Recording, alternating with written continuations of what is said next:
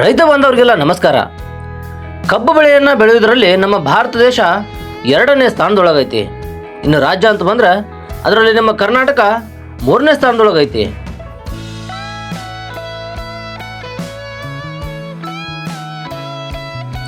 ಮೊದಲು ನಮ್ಮ ರೈತರು ಈ ಕಬ್ಬನ್ನು ಕಟ್ ಮಾಡಿ ತಮ್ಮ ಎತ್ತಿನ ಗಾಡಿಯೊಳಗೆ ತಾವೇ ಸಾಗಿಸಿ ಫ್ಯಾಕ್ಟರಿಗೆ ತಲುಪಿಸ್ತಿದ್ರು.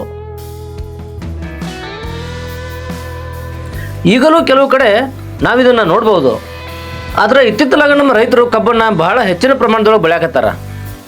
ಹಾಗಾಗಿ ಆ ಕಬ್ಬನ್ನು ಕಟ್ ಮಾಡೋದಕ್ಕಂತ ಕಬ್ಬು ತುಂಬಿಸಕ್ಕಂತೇಳಿ ವಿಶೇಷ ಟ್ರ್ಯಾಕ್ಟರ್ಗಳು ಬಂದಾವ. ಆದರೆ ಈ ಕಬ್ಬನ್ನು ಕಟ್ ಮಾಡಿ ಟ್ರ್ಯಾಕ್ಟರ್ಗೆ ತುಂಬುವುದು ಒಂದು ದೊಡ್ಡ ಕೆಲಸ ಆಗಿಬಿಟ್ಟತಿ.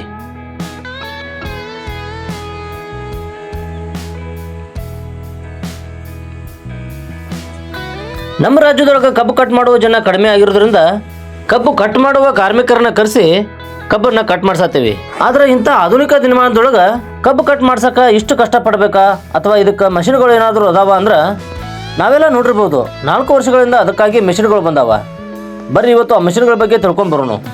ಅದಕ್ಕಿಂತ ಮುಂಚೆ ನೀವಿನ್ನೂ ನನ್ನ ಚಾನಲ್ನ ಸಬ್ಸ್ಕ್ರೈಬ್ ಮಾಡಿಲ್ಲ ಅಂದ್ರೆ ಸಬ್ಸ್ಕ್ರೈಬ್ ಮಾಡ್ಕೊರಿ. ಈ ವಿಡಿಯೋ ಇಷ್ಟ ಆದ್ರೆ ಲೈಕ್ ಮಾಡಿರಿ.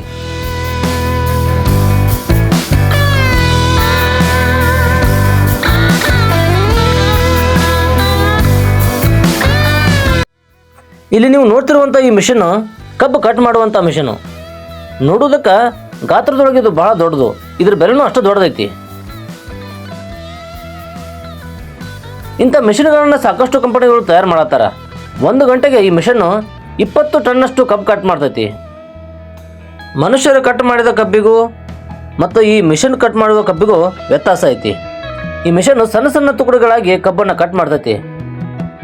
ಅಂದರೆ ಇದನ್ನು ಲೋಡ್ ಮಾಡುವ ಟ್ರ್ಯಾಕ್ಟರ್ಗಳು ಕೂಡ ಅದರ ಅನುಕೂಲಕ್ಕೆ ತಕ್ಕಂಗೆ ಮಾಡಿರ್ತಾರ. ಸಣ್ಣ ತುಕಡಿಗಳನ್ನಾಗಿ ಮಾಡೋದ್ರಿಂದ ಕಬ್ಬಿನ ತೂಕ ಸ್ವಲ್ಪ ಪ್ರಮಾಣದೊಳಗೆ ಕಡಿಮೆ ಆಕೈತೆ ಅನ್ನೋದು ರೈತರ ಅಭಿಪ್ರಾಯ. ಇನ್ನು ಈ ಮಷಿನ್ ಬೆಲೆ ಕೇಳುವುದಾದ್ರೆ 96 ಲಕ್ಷದಿಂದ 1 ಕೋಟಿವರೆಗೂ ಈ ಮಷಿನ್ ಬೆಲೆ ಆಗ್ತೈತಂತ.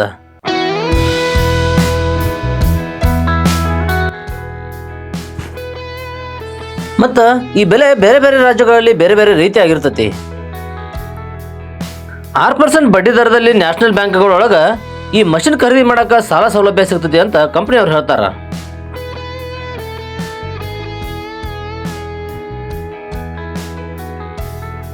ಇನ್ನು ಮಷಿನ್ ಖರೀದಿ ಮಾಡ್ಬೇಕಂದ್ರೆ ಸರ್ಕಾರದ ಸಬ್ಸಿಡಿ ಮತ್ತು ಯಾವ ಫ್ಯಾಕ್ಟ್ರಿ ಕೈ ಕಡೆಗೆ ಕೆಲಸ ಮಾಡಿಸ್ಬೇಕು ಅನ್ನೋದನ್ನ ಖರೀದಿದಾರರೇ ಜವಾಬ್ದಾರಾಗಿರ್ತಾರ.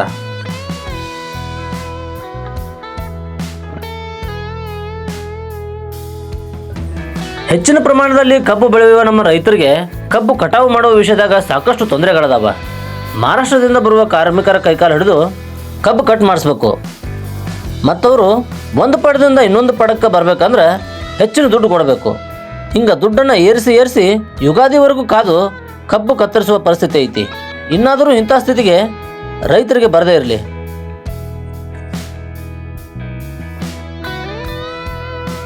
ಇದಿಷ್ಟು ಕಬ್ಬನ್ನು ಕತ್ತರಿಸುವ ಯಂತ್ರದ ಬಗ್ಗೆ ಸಣ್ಣ ಮಾಹಿತಿ ಆಗಿತ್ತು. ನಿಮ್ಗೆ ಈ ವಿಡಿಯೋ ಇಷ್ಟ ಆಗಿದ್ರೆ ಲೈಕ್ ಮಾಡಿರಿ. ನೀವು ಇನ್ನೂ ನನ್ನ ಚಾನಲ್ನ ಸಬ್ಸ್ಕ್ರೈಬ್ ಮಾಡಿಲ್ಲ ಅಂದ್ರೆ ಈಗಲೇ ಸಬ್ಸ್ಕ್ರೈಬ್ ಮಾಡ್ಕೊರಿ.